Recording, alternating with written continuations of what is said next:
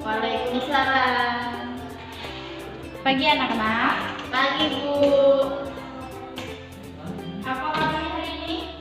Alhamdulillah baik. Salam Jumat. Alhamdulillah baik juga. Sekarang kita akan mempelajari pembelajaran apa? Administrasi umum. Oke. Bismillahirrahmanirrahim. Assalamualaikum warahmatullahi wabarakatuh. Waalaikumsalam warahmatullahi wabarakatuh. Pada hari ini kita akan membahas tentang pembelajaran administrasi umum di bab 9, yaitu mengenai tentang komunikasi di dalam kantor. Oke, silakan dibuka bukunya masing-masing. Ya Bu. Ya, buka. Sekarang sebelum Ibu menerangkan lebih detail lagi mengenai bab ini, Ibu mau bertanya. Di sini kalian sudah paham belum apa arti komunikasi? Paham belum? Paham apa coba? Yuk. Apa coba Risa? Yang dimaksud dengan komunikasi adalah hubungan kontak manusia antara baik individu maupun kelompok. Ya betul, interaksi antar sesama manusia itu yang dinamakan dengan Komunikasi. Di sini judulnya adalah komunikasi di kantor, maka komunikasi ini dilakukan dalam dunia pekerjaan yang ada di perkantoran gitu. Mungkin kalian sudah paham ya, paham betul apa arti komunikasi, dan komunikasi juga sudah kalian lakukan dalam kehidupan sehari-hari, baik itu di sekolah, rumah, maupun lingkungan sosial lainnya. Kalau di sekolah contoh komunikasinya seperti apa? Coba, banyak sekali kan? Coba sebutkan satu persatu. Contohnya nanti presentasi bisa jadi. Ya, betul. Presentasi apa lagi, Nay? Apa? Berbincang-bincang. Ya, berbincang-bincang. Risa sama Nay sudah paham ya komunikasi. Adapun dalam komunikasi, baik itu dalam perkantoran maupun komunikasi di lingkungan sehari-hari, kita harus memerlukan etika. Apa itu etika? Sopan santun. Ya, sopan santun. Ketika komunikasi dilakukan tanpa adanya etika, apa yang akan ditimbulkan?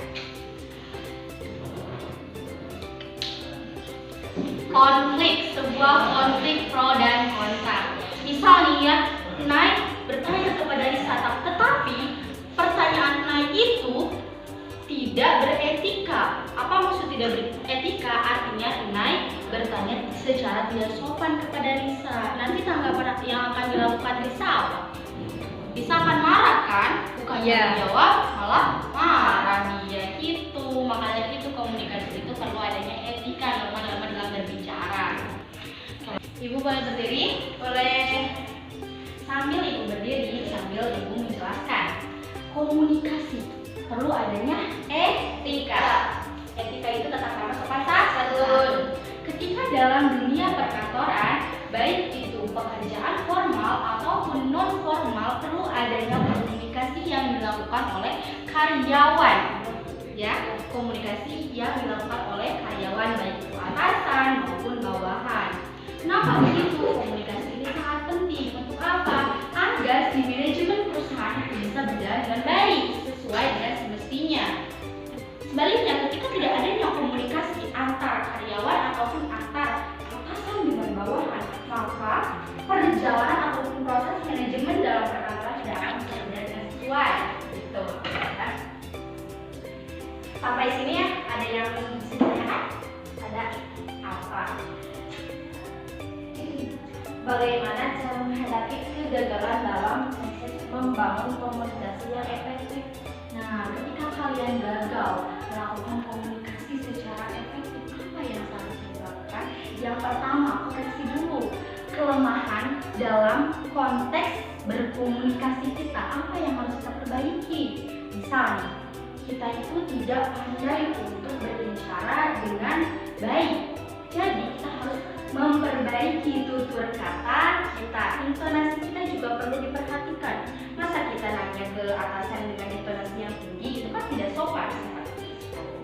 Selanjutnya yang mau ditanyakan kembali ada Mengapa kemampuan komunikasi saat ini sangat tinggi di sebuah tempat kerja dibandingkan sebelumnya? komunikasi memang sangat penting dalam dunia kerja. Tidak hanya dalam dunia kerja, komunikasi juga penting di dunia kehidupan kita sehari-hari ya. Tanpa adanya komunikasi, bagaimana kita melakukan kehidupan dengan sesuai semestinya? Bagaimana? Kalau tidak adanya komunikasi, dan itu pun dengan di sebuah perusahaan. Kalau tanpa adanya komunikasi, proses pekerjaan akan terhambat, tidak akan tidak akan sesuai dengan apa yang diinginkan dalam perusahaan tersebut. Jadi kali ibu tahu kalian itu paham sekali tentang komunikasi. Maka dari itu nanti kalau kalian sudah masuk ke dalam dunia kerja, perlu diperhatikan komunikasi yang baik itu seperti apa. Apalagi dalam pekerjaan di perkantoran itu banyak sekali kan organisasi yang dibuat. Bagaimana kita membangun chemistry dengan klien kita, bagaimana kita membangun chemistry dengan rekan kerja kita gitu, supaya pekerjaan yang dilakukan dengan maksimal gitu. Yuk. Nah, sekian dulu untuk topik hari ini yang akan dibahas, dan mudah-mudahan pembelajaran ini dapat membuahkan ilmu bagi kalian semua ya. Semoga di lain hari kita bisa bertemu kembali dengan topik-topik yang seru dan lebih menantang lagi, yang nantinya kan kita tanya sama kalian juga.